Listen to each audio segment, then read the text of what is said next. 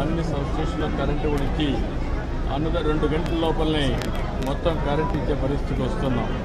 అన్నీ కూడా పర్యవేక్షిస్తున్నాను. ఎప్పటికప్పుడు రియల్ టైం గవర్నెన్స్ ద్వారా పర్యవేక్షిస్తూ ఎప్పటికప్పుడు అన్ని శాఖల హెడ్స్ కూడా దీన్ని పర్యవేక్షిస్తున్నారు. కలెక్టర్ సమర్థవంతంగా పనిచేస్తున్నారు.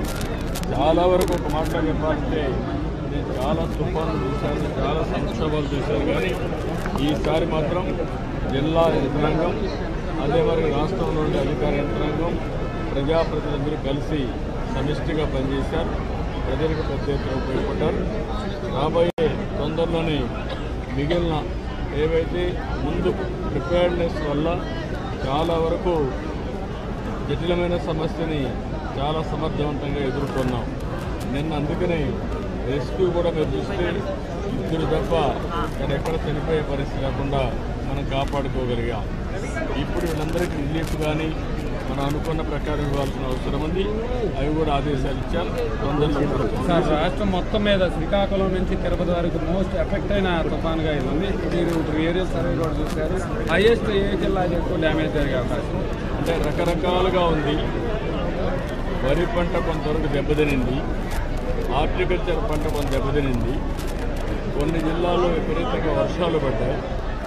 ఈరోజు నెల్లూరు, ప్రకాశం, బాపట్ల దగ్గర పరచూరు ఆ ఏరియాలో నేను ఏరియల్ సర్వేలు చూశాను.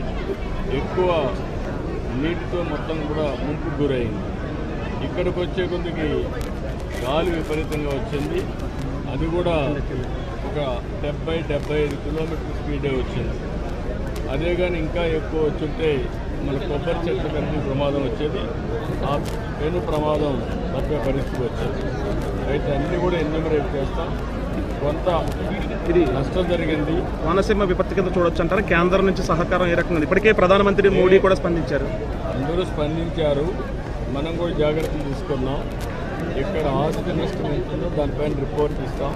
ఆ రిపోర్ట్ ప్రకారం కౌలు రైతుల పరిస్థితి వాళ్ళు ఇప్పుడు కౌలు రైతులకే వస్తుంది నష్టపరిహారం. ఆక్వారంగం మీద కూడా ఏదైతే సముద్ర తీర ప్రాంతం ఆక్వారంగం కూడా పట్టు రాకుండానే ముందే పట్టేశారు సార్. వాళ్ళకి కూడా ఇబ్బంది కలిగేటువంటి మొత్తం మీకు అన్ని విషయాలు కూడా అనలైజ్ చేసుకుంటా. మీరు గుర్తుపెట్టుకోవాల్సింది పెను ప్రమాదం చాలా తీవ్రంగా ఉంటుందని ఎస్టిమేట్ చేశాం. తీవ్రత తగ్గింది, నష్టం అంతా తగ్గలేదు, కొంత ఉంది. అన్ని బేరే చేసుకున్నాం. సార్ ఇప్పుడు మీరు జిల్లా యంత్రాంగాల దగ్గర నుంచి ప్రజాప్రతినిధుల నుంచి 24 hours పరిగెత్తించారు. క్షేత్రస్థాయిలో కూడా అదే పరిస్థితిలో ఇక్కడ పనిచేశారు. మీరు మాట్లాడారు బాధితులతో, వాళ్ళు సాటిస్ఫై బాధితులు ఏమంటున్నారు? వాళ్ళు అందరూ సాటిస్ఫై అయ్యారు. వేరే సమస్యలు ఉన్నాయి తప్ప ఇక్కడ మాత్రం అందరూ హ్యాపీగా ఉన్నారు. 3 రోజుల భోజనం కానీ వస్తువులు కానీ అన్ని విధాలు హ్యాపీగా.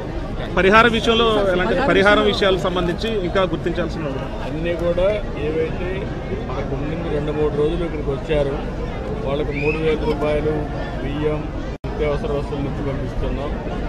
ఇక్కడుండే ఫిషర్మెన్ కమ్యూనిటీకి ఇబ్బందులు ఉన్నాయి. 3-4 రోజులు వేటకు పోలేదు.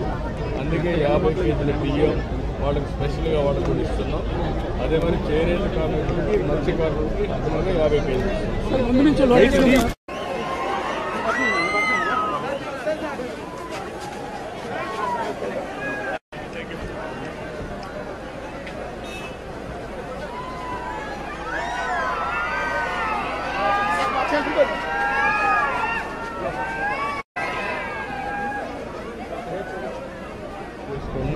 సార్ ఇప్పుడు మీరు జిల్లా